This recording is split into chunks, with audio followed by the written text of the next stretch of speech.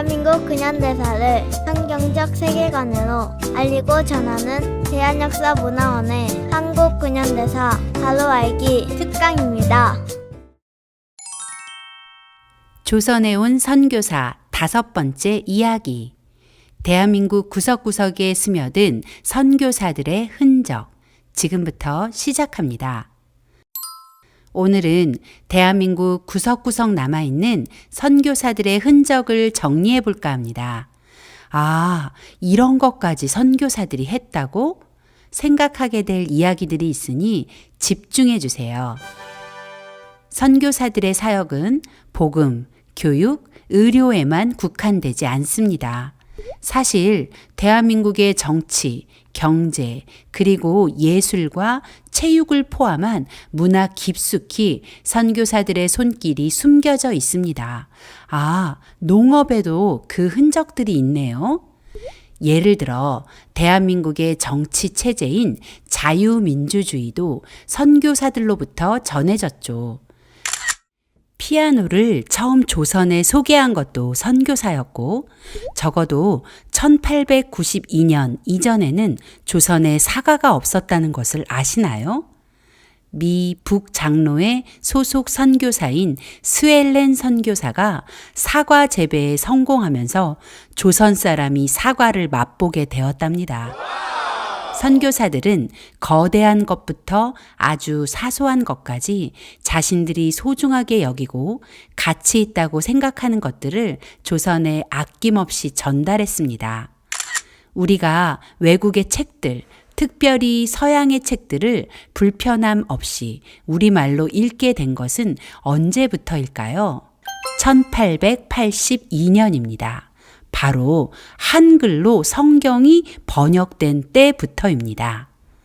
1882년 존 로스 선교사와 맥킨타이어 선교사는 성경을 한글로 번역하였고 1883년 그 번역된 성경이 압록강을 건너 조선의 백성들에게 읽혀지기 시작한 것입니다. 그러나 그 성경은 평안도 사투리였던 탓에 조선 팔도의 모든 사람이 읽기엔 어려움이 있었죠. 그래서 선교사들은 서울을 중심으로 쓰였던 언어로 성경을 새롭게 번역했습니다. 그 일을 진두지휘하던 사람 중 하나가 게일 선교사입니다. 게일 선교사를 비롯한 언더우드, 아펜젤러, 레이놀즈와 헤론, 스크랜튼 등 조선 선교 초기의 대부분의 선교사가 성경을 한글로 번역하는 일에 집중했습니다. 물론 성경 번역은 기독교 복음을 전하는 일에 가장 중요한 일이었으니 자신들의 목적을 달성하기 위한 일이었다고만 생각할 수 있습니다. 하지만 성경이 한글로 번역되면서 조선 사람이 한글 사용을 생활화하게 되었다는 점, 그것을 잊어서는 안 되겠죠? 게일 선교사는 우리의 왕이신 하나님을 하나님으로 부르게 한 사람입니다. 심양에서 번역된 성경에는 하나님이 아닌 하느님으로 번역돼 있었는데 게일 선교사가 성경 전설을 표준어로 번역하면서 유일하신 우리의 왕을 의미하는 하나님이라는 호칭을 사용하여 오직 한 분인 하나님을 고백할 수 있도록 해주었죠. 그는 성경만 번역한 것은 아니었습니다. 신앙서적을 비롯해 서양의 고전을 한글로 번역해 조선 사람의 시야를 넓혀 주었습니다. 또 조선에 관한 책도 저술하여 세계의 조선을 알리는 일을 했는데 약 43권이나 된다고 하네요. 게일 선교사가 번역한 책을 하나만 소개해 볼까요? 바로 존 번연의 철로 역정입니다. 이 책은 기독교인뿐만 아니라 전 세계의 어린이와 어른에게 많이 읽힌 유명한 책입니다. 게일 선교사는 그의 아내 깁슨 선교사와 함께 철로 역정을 번역했습니다. 이 번역서는 조선 사람의 모습으로 사파를 넣어 당시 조선의 기독교인을 비롯한 많은 사람에게 흥미진진한 모험담을 읽게 해 주었죠. 또 선교사들은 조선 사람에게 새롭고 다양한 소식과 정보를 제공하기 위해서 신문도 만들었습니다. 지금은 스마트폰으로 검색하면 각종 정보를 얻을 수 있지만 그 당시에는 스마트폰, TV, 인터넷도 없었던 때라 정보를 제공받는 일이 어려웠습니다. 좋은 정보가 많다는 것은 삶을 풍요롭게 해줍니다. 왜냐하면 정보가 많을수록 더 좋은 것을 선택할 기회가 많아지기 때문이죠. 그래서 선교사들은 기독교 교계의 소식, 그리고 당시 조선 사람들에게 필요한 다양한 정보와 소식을 알리기 위한 신문을 창간했습니다. 그중 대표적인 신문이 1897년 2월 2일 아펜젤러 선교사님이 창간한 조선 그리스도인 회보, 1897년 4월 1일 언더우드 선교사가 창간한 그리스도 신문입니다. 이 신문들은 기독교인에게만 유익한 정보지가 아니었습니다. 비기독교인들에게도 이 신문들은 무척 유용하고 중요한 정보를 제공해 주었죠. 조선이라는 우물에 갇혀 있던 많은 사람에게 더 넓은 세상을 선물하기 위한 선교사들의 움직임은 조선 사람을 조금씩 바꾸어 가고 있었습니다. 선교사님들은 자유의 복음과 함께 다양한 방법으로 조선을 깨우고 있었습니다. 그중 우리가 꼭 기억해야 할 한 사람이 바로 헐버트 선교사님입니다. 호머 헐버트 선교사는 한국의 신실한 친구라는 별명을 가지고 있습니다. 어떻게 그런 별명을 가지게 되었을까요? 헐버트 선교사는 1886년 7월 4일 그의 나이 23살에 유경공원의 영어교사로 조선에 왔습니다. 유경공원은 1886년 9월에 설립된 왕립교육기관이었는데 영어 교육에 중점을 두어 세워진 학교였기 때문에 미국의 교사들을 요청하였고 헐버트는 선교사가 아닌 교사로 조선에 오게 된 것입니다. 5년 동안의 조선 생활을 마친 헐버트는 미국으로 돌아갔고 1893년 미국 감리교 선교부의 파송을 받아 조선의 선교사로 돌아왔습니다. 조선에 돌아온 헐버트 선교사는 배제학당 출판 기관인 산문 출판사의 책임자로 조선에서의 사역을 시작했죠. 헐버트 선교사는 누구보다 조선을 사랑했습니다. 일본에 빼앗긴 주권을 찾으려는 헐버트 선교사의 열심은 조선 사람의 마음보다 더 크고 거대했습니다. 그는 고종의 정치 고문으로 고종에게 네덜란드 헤이그에서 열리는 만국 평화 회의에 특사를 보내어 일본에 의해 강제로 맺어진 을사늑약의 실상을 폭로하도록 조언하고 특사 파견의 모든 과정에 참여하여 특사 파견을 도왔을 뿐 아니라 자신도 특사로 가고자 했습니다. 그러나 일본의 방해로 헐버트 선교사는 헤이그에 가지 못했고 이준, 이상설, 이위종을 헤이그로 보내는데 만족해야 했죠. 그러나 우리는 헐버트 선교사를 제4의 헤이그 특사라 부릅니다. 헐버트 선교사는 한글을 너무 사랑했습니다. 한글이 배우기도 쉽고 과학적으로 아주 훌륭한 문자라는 것을 알게 되었기 때문입니다. 그래서 세계에 한글을 알리는 홍보대사가 되었죠. 헐버트 선교사는 한글 창제의 원리 등 조선 사람과 한글에 관한 논문을 14편이나 써서 한글을 알렸다고 하네요. 또한 조선 사람들의 교육과 계몽을 위하여 가장 탁월한 매개체인 한글 사용을 보편화한 사람이기도 합니다. 그 증거가 바로 유경공원 교사로 있던 1889년 조선 최초의 순 한글 교과서 사민 필지를 출간한 것이죠.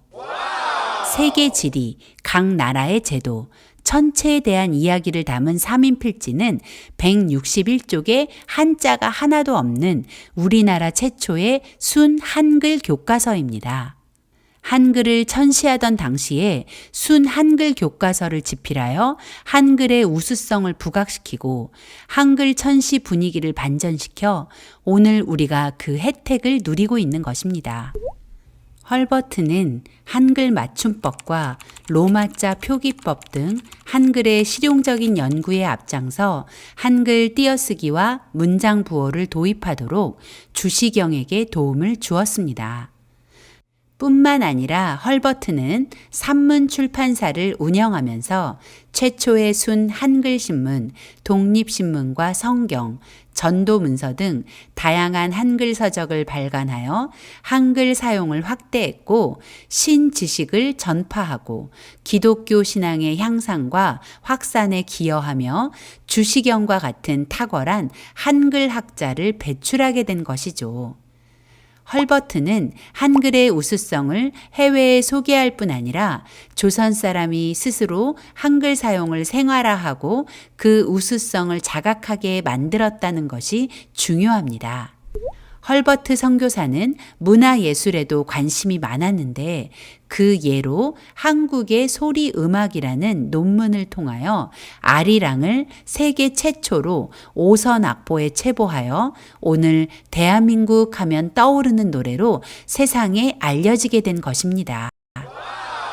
헐버트 선교사는 일본의 압력으로 미국으로 돌아간 1907년부터 1945년까지 조선의 독립을 위해 특사 정신을 잃지 않고 조선의 주권 회복을 위한 강연, 모금 활동, 조선의 독립운동가들, 특히 이승만 박사와 꾸준한 만남과 후원 활동 등을 계속 이어가면서 재미동포가 독립운동을 지속할 수 있도록 도움을 주었다고 합니다.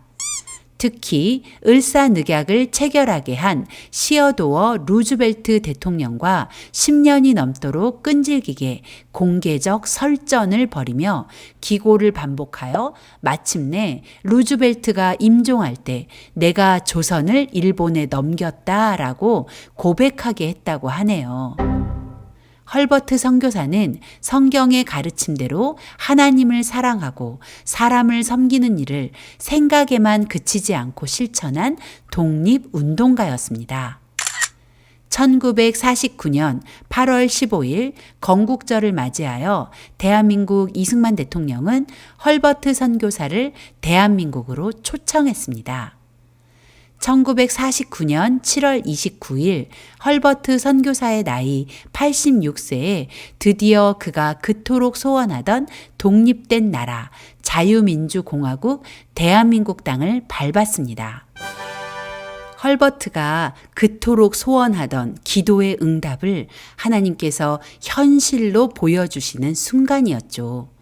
그러나 86세의 나이에 한 달가량 걸리는 배 여행은 무리였던 것 같습니다. 여독을 이기지 못한 채 8월 5일 청량리 위생병원에서 하나님의 부름을 받았습니다. 헐버트 선교사의 장례식은 8월 11일 대한민국 최초 외국인 사회장으로 거행되었고 1897년 6살의 나이로 양화진에 먼저 묻혀있던 아들 곁에 묻혔습니다. 헐버트 선교사는 샌프란시스코에서 출발하기 전 미국 AP통신과 인터뷰를 했습니다. 그 인터뷰는 결국 그의 유언이 되었죠. 나는 웨스트민스터 사원보다 한국 땅에 묻히길 원한다. 대한민국 정부는 1950년 3월 1일 헐버트 선교사의 헌신과 사랑에 감사하며 외국인 최초로 건국 공로 훈장 독립장을 추서하여 감사를 표했습니다. 이승만 대통령은 고민이 있거나 중요한 일을 결정해야 할 때면 양화진에 있는 헐버트 선교사의 무덤에 찾아갔다고 합니다.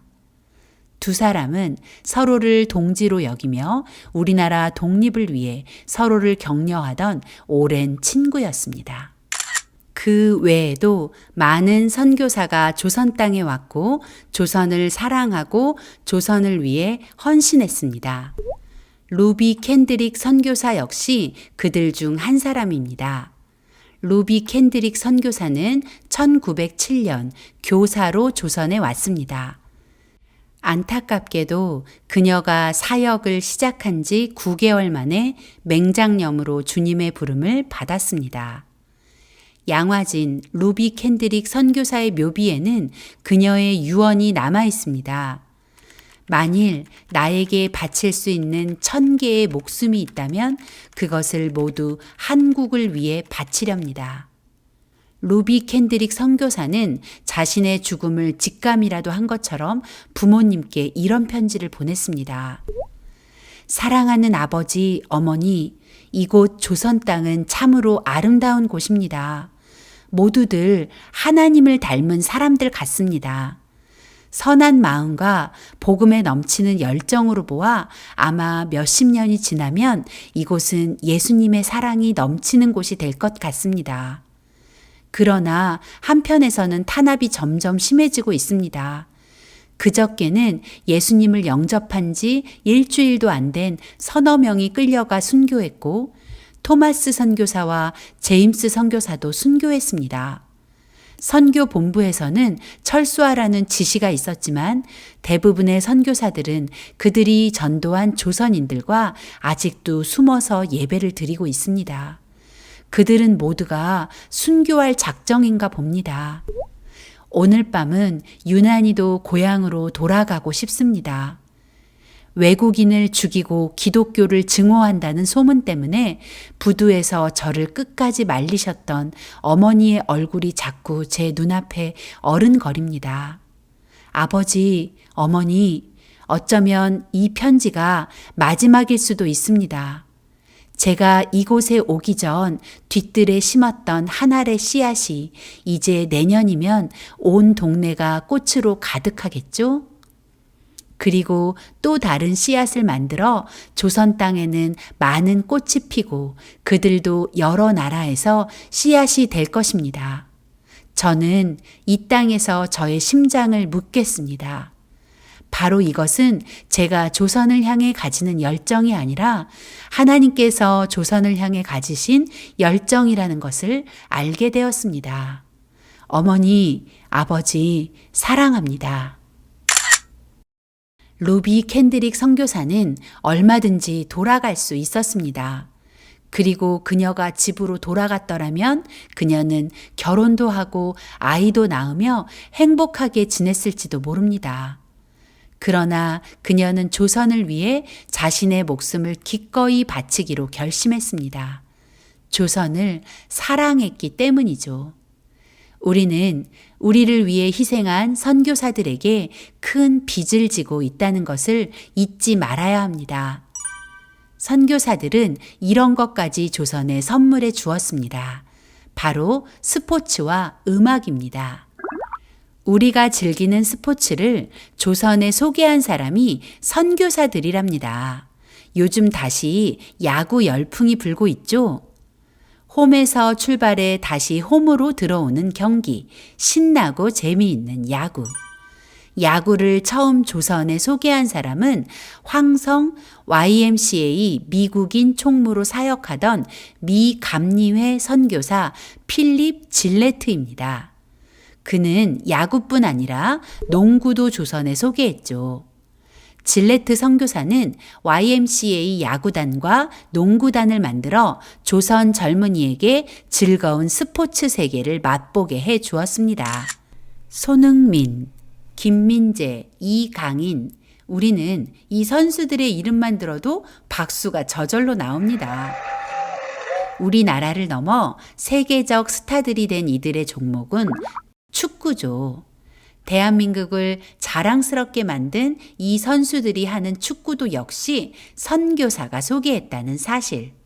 그는 바로 호남 지방의 개척자 7명 중 하나인 윌리엄 전킨 선교사입니다.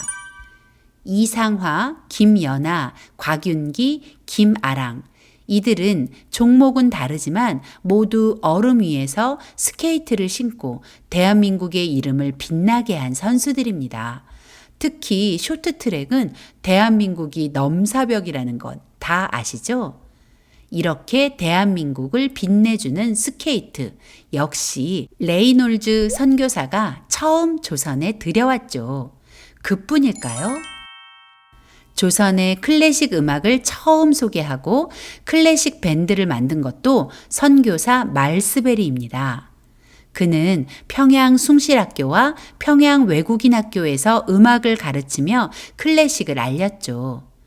그의 제자 중에는 세계적으로 이름을 알린 음악가가 많이 배출되었죠. 일제가 신사참배를 강요하자 말스베리 선교사는 학교를 사임하고 자기 집에서 구국기도회를 열어 조선의 해방을 위해 간절히 기도했다고 합니다.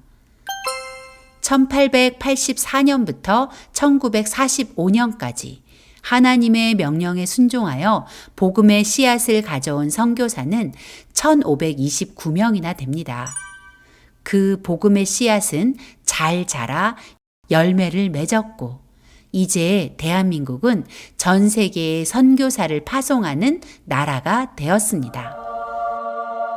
2019년 12월 현재 한국교회는 171개의 나라에 2만 8천 명이 넘는 선교사를 파송했습니다. 그리고 그 선교사들은 우리에게 자유를 선물한 선교사들처럼 세계로 나가 복음을 전하고 학교를 세우고 병원을 세우고 있습니다. 조선이라는 암흑의 땅에서 복음을 선물로 받아 태어난 대한민국. 자유를 선물 받은 우리는 이제 무엇을 해야 할까요? 하나님께서 우리에게 이 자유를 허락하신 이유가 있습니다. 바로 이 자유의 복음을 온 세계 열방에 전달하는 것입니다.